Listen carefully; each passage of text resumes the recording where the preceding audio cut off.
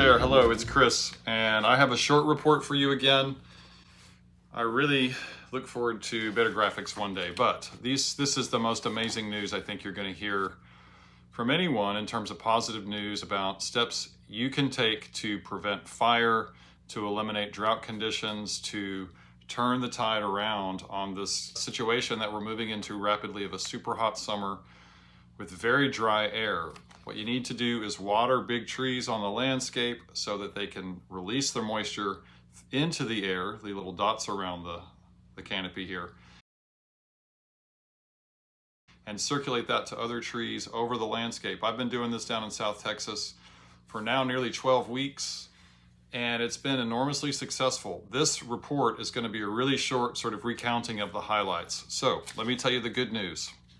Number one, there's still no fires and essentially no hotspots in my region in Central Texas. When you compare Central Texas to the rest of the United States West and even the rest of the country, the entire country is basically burgeoning with hotspots except in a sort of Midwest where they've gotten a lot of rain, and except for our region. What's most exciting about this is that's in spite of our drought status. So we have no fires and on most days, 0 hotspots through the entire forested region I've been trying to work on to prevent fire. Goal number 1, to prevent fire. Been working on since early April, and we have been, for several weeks now, we've been holding this status of no fires, no hotspots, while the rest of the country's fires get more and more intense. For example, in New Mexico, they've already lost over 90,000 acres of forests to wildfire. Last year, I went to New Mexico on the 15th of June. Today is the 27th of June. I got rain last year on the 21st of June, and their fire season basically was nixed out for the rest of the summer. This year, they're already in one of the worst fire seasons in history. I'm here in Texas, and we have 0 fires and 0 hotspots. The rest of the West has tens of thousands of acres of fire. Water your trees to prevent fire. Water your trees in strategic ways to prevent it over large landscape areas. So as I mentioned, this is in spite of our drought status, and we have now reduced the drought footprint significantly in Central Texas. Our central zone is still in exceptional drought, but you can see the Austin area north of the Central Texas region is just moving completely out of drought. That's some of the best news imaginable. The third piece of good news is we have punctured the no rain curse or the no rain dome over Austin this week. So instead of in Leakey, I watered at home this week here in Bear Creek between Austin and Dripping Springs and in Austin proper. Since I came here and watered, we got 6 rains in 5 days. Leakey got its last rain last Saturday after I watered Wednesday, Thursday, Friday. So I took the week away from Leakey. They didn't get rain there. I took the week and watered in Austin. We got repeat rain events here. We got 1.5 inches of rain on the east side over my primary sites there.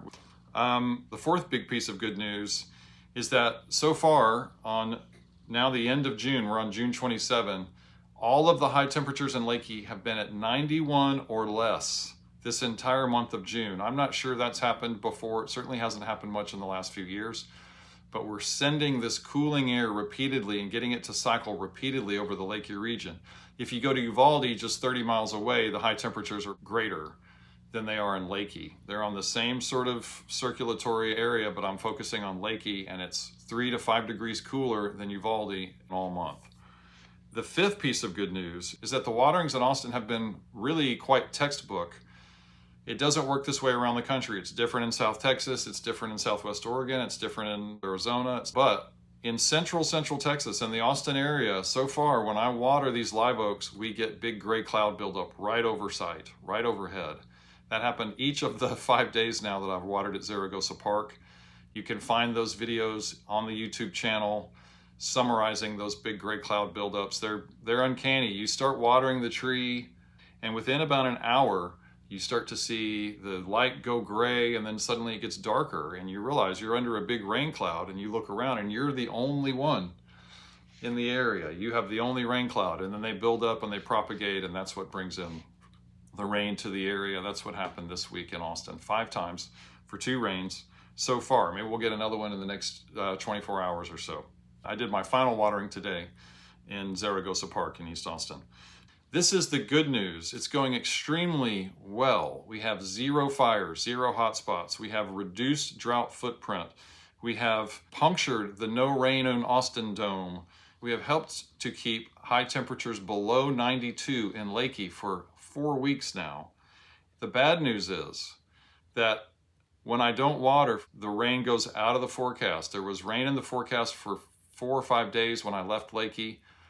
They got rain only the next day, and then it went out of the forecast for all of this week. That will happen in Austin probably now, that the forecast will shift back away from rain. We need to keep watering. We need to keep stimulating moisture circulation in our big trees.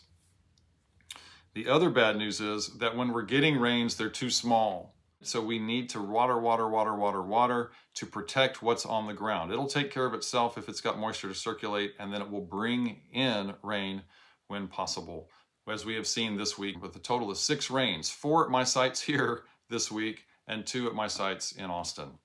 The last thing I'll say, this I believe has proven itself to be a fail-safe fire prevention solution and a fail-safe way to keep the landscape green even without rain.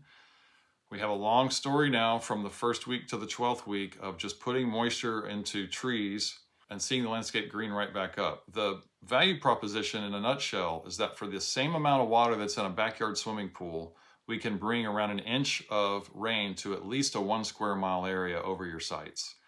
20,000 gallons of water roughly can bring in over 17 million gallons of water if you water trees and forests in the ways that I've been doing.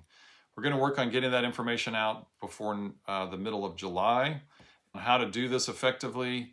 And I hope you get involved immediately, whether you're in Texas or some other part of the world. Water trees and forests to see the temperatures stay mild, to see the weather improve, to see the fire threats go away, to see things green up and get beautiful, to see your landscape heal and be just a wonderful, cool air, silky, smooth, high quality, oxygenated place to be, even on your hottest days. That's the last thing I should say, is that this week, the Austin temperatures have been edging up. Today, for instance, they said the high was going to be 95, and I think it might have hit 92 after I did the morning watering.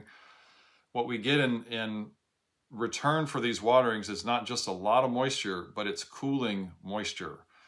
When we think of humidity, we should think of hot water evaporating off of concrete. Like if you're at a swimming pool and you see a puddle of water and you come back 15 minutes later and that puddle's gone because it's so hot. That's water that gets evaporated back into a gas. It's a hot, humid air that you experience from that. The water that you experience from watering trees is cooled down to the internal temperature of the tree, which is 71 degrees Fahrenheit. So rather than humidity, we get coolidity or something. I'm not sure what we call it, but it's relaxing, cooling, energizing, feels like silk on your skin, not sweaty, hot, muggy, but relaxing, silky that you get from watering trees and forests. So please get started watering your trees with a bucket, put 1 hole in it, let it trickle for at least 30 minutes per 5 gallons, and you'll be doing the right thing for getting us all into a better future today, this summer, this year. Let's go, let's do it. Water trees and forests. Thank you for watching. I'm Chris Searles. I'm gonna go down to Leakey again tomorrow, and then I'll be wrapping up the waterings there over the weekend, back down there to do some soiling, hopefully late next week, and then moving on from the Central Texas projects very soon, in about 10 days, on to the next piece. Thanks again for watching. I will see you soon.